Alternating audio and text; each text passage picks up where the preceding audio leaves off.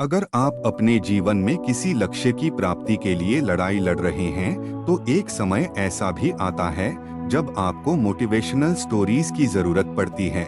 जीवन में आगे बढ़ते समय कई बार ऐसा होता है कि आप कुछ पाना चाहते हैं, लेकिन वह चीज अभी भी आपसे बहुत दूर होता है और बहुत लोग बिना पाए ही हार मान जाते हैं, लेकिन कुछ लोग संयम और मेहनत से अपना लक्ष्य जरूर पा लेते हैं।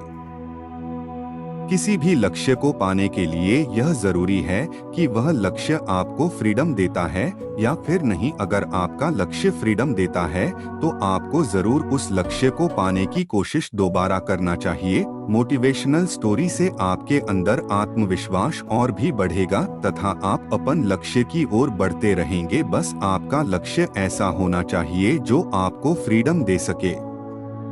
आलसी व्यक्ति कभी सफल नहीं हो सकता। एक समय की बात है, एक राजा रहता था जो कि यह देखना चाहता था कि क्या मेरे भी राज्य में आलसी लोग रहते हैं या फिर नहीं। इसके लिए उस राजा ने अपने सैनिकों को कहकर रात के समय में गांव के बीच रास्ते में एक सामान्य आकार का पत्थर रखवा दिया। उसके बाद वह राजा छुपकर यह देखने लगा कि क्या कोई व्यक्ति जरा ही हिम्मत करके उस पत्थर को हटाता है या फिर नहीं। राजा वहां बहुत समय से खड़ा था और देखता रहा, लेकिन किसी ने भी उस पत्थर को हटाने की कोशिश नहीं किया। उस राज्य के कुछ सबसे धनी व्यापारी और दरबारी भी उस पत्थर के पास से होकर गुजरे, लेकिन उन्होंने भी उस पत्थर को बीच रास्ते से हटाने की कोशिश नहीं किया। कुछ आने जाने वाले लोग राजा को ही दोषी ठहरा रहे थे कि राजा कितना लापरवाह है, राज्य की सफाई का ध्यान नहीं रखता है। कुछ समय बीतने के बाद उसी पत्थर से होकर एक सब्जी वाला गुजर रहा था। तभी उसने उस पत्थर को देखा और उसे वहां से हटाने का निर्णय भी लिया। सब्जी वाले ने अपने सब्जी का भार नीचे रखा और उसे पत्थर हो हटाने की कोशिश करने लगा। पत्थर थोड़ा भारी था, लेकिन कुछ समय के मशक्कत के बाद वह पत्थर हो वहां से हटा देता है। पत्थर हटाते समय उसे पत्थर के नीचे एक पोटली मिलता है जिसमें कई सारे सोने के सिक्के होते हैं और राजा द्वारा लिखा गया एक पर्ची होता है जिसमें यह लिखा हुआ था कि यह पोटली उसके लिए है जो इस पत्थर को रास्ते से हटाएगा। सब्जी वाला समझ जाता है कि यह उसके मेहनत का फल है, लेकिन बाकियों को वह पोटली इसलिए नहीं मिला क्योंकि वे लोग आलसी थे और जरा भी कष्ट सहना नहीं चाहते थे। उसी प्रकार आपको भी अपने सही लक्ष्य की प्राप्ति के लिए आलस को त्यागना होगा। बार बार अपने मुसीबतों का रोना मत रोया करो। बहुत समय पहले की बात है, एक गांव में बहुत ही बुद्धिमान व्यक्ति रहता था जिसके पास अक्सर लोग अपने समस्या का समाधान लेकर आते थे और वह व्यक्ति लोगों की समस्या को हल भी कर देता था।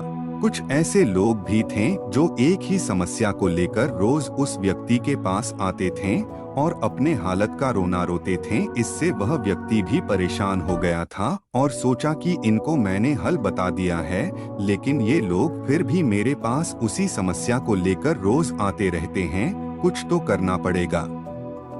उसके बाद वह बुद्धिमान व्यक्ति उन लोगों एक चुटकुला सुनाता है और सभी लोग जोर जोर से हंसने लगते हैं। उसके बाद फिर से वह व्यक्ति उसी चुटकुला को दोबारा सुनाता है और इस बार कुछ लोग सिर्फ मुस्कुराते हैं।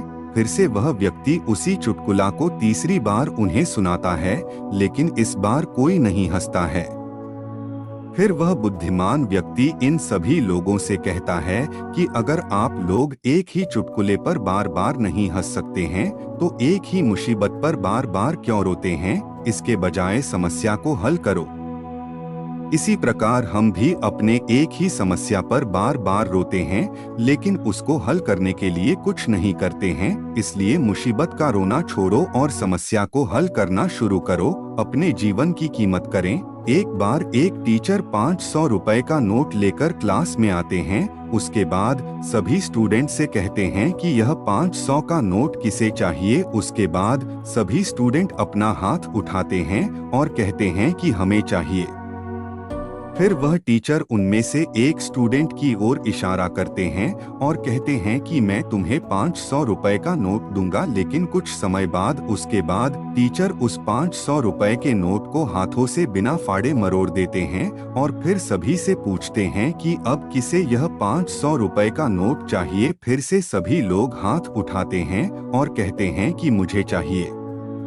अब टीचर उस 500 रुपए के नोट को नीचे जमीन पर फेंक देते हैं और उस पर थोड़ा मिट्टी लग जाता है। उसके बाद वह फिर 500 का नोट उठाकर स्टूडेंट से पूछते हैं कि यह नोट किसे चाहिए।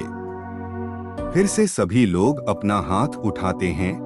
फिर टीचर उन सभी स्टूडेंट को कहते हैं कि मैंने इस 500 रुपए के नोट को हाथों से मरोड़ा और मिट्टी में फेंका, लेकिन फिर भी इसका कीमत कम नहीं हुआ। उसी तरह से आपके जीवन का भी एक कीमत है। जीवन में कुछ असफलता आने से आपके जीवन की कीमत कम नहीं हो जाती है, इसलिए अपने जीवन की कीमत करें।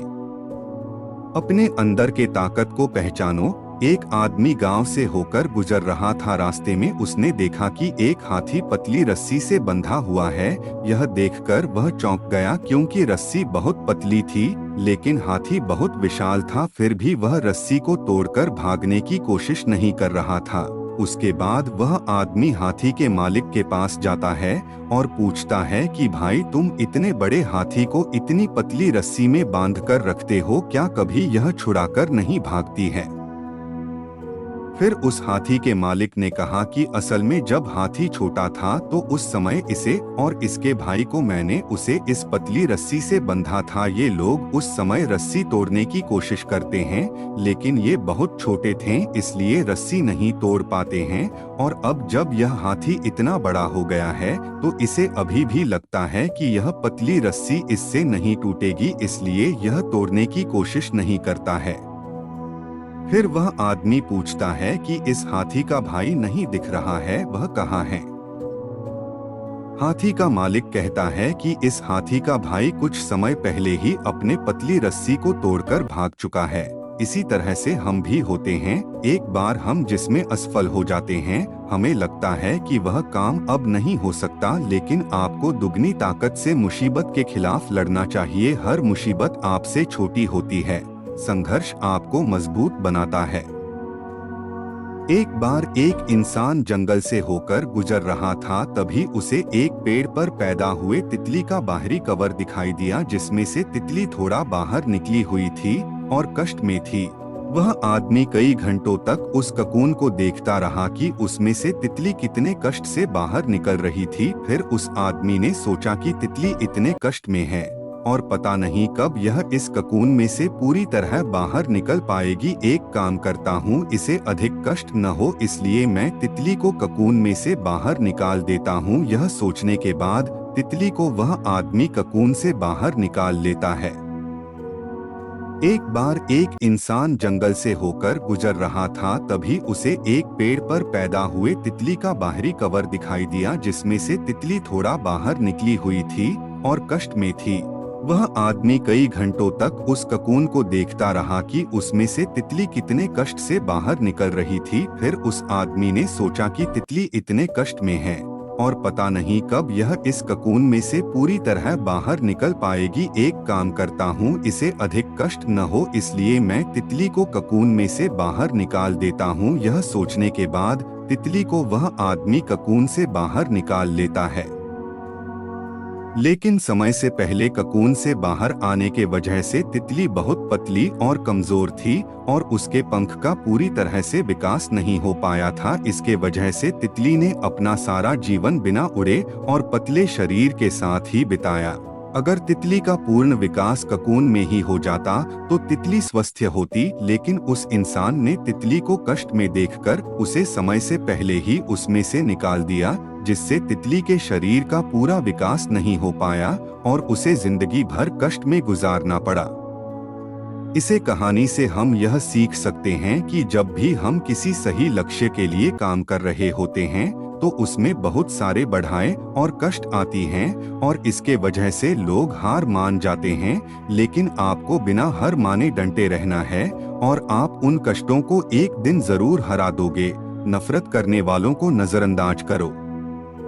एक दिन जंगल में मेंढकों का एक समूह कहीं जा रहा था। कुछ समय बाद चलते चलते उनमें से दो मेंढक अचानक एक गड्ढे में गिर गए थे। उसके बाद वे दोनों उसमें से निकलने की कोशिश करने लगे, लेकिन जो मेंढक बाहर थे वे उन दोनों मेंढक को कह रहे थे कि रहने दो, तुम दोनों गड्ढे से बाहर निकलने की कोशिश करना अब बेकार है, तुम नहीं निकल पाओगे। लेकिन दोनों मेंढक बाहर निकलने के लिए लगातार कोशिश कर रहे थे। ऊपर मौजूद मेंढकों ने फिर से बोला कि क्यों इतना मेहनत करते हो, अब बाहर नहीं निकल पाओगे। यह सुनकर गड्ढे में मौजूद दो में से एक मेंढक उनकी बात मान लेता है और निकलने की कोशिश करना बंद कर देता है, जिससे यह और गड्ढे में और गहराई में चला जाता है। लेकिन पहला मेंढक ऊपर मौजूद मेंढकों की बातों पर ध्यान नहीं देता है और वहां लगातार बाहर निकलने के लिए ऊपर की ओर छलांग लगाते रहता है। कुछ समय बाद वह मेंढक अपनी पूरी जान लगाकर ऊपर की ओर छलांग लगाता और बाहर आ जाता है।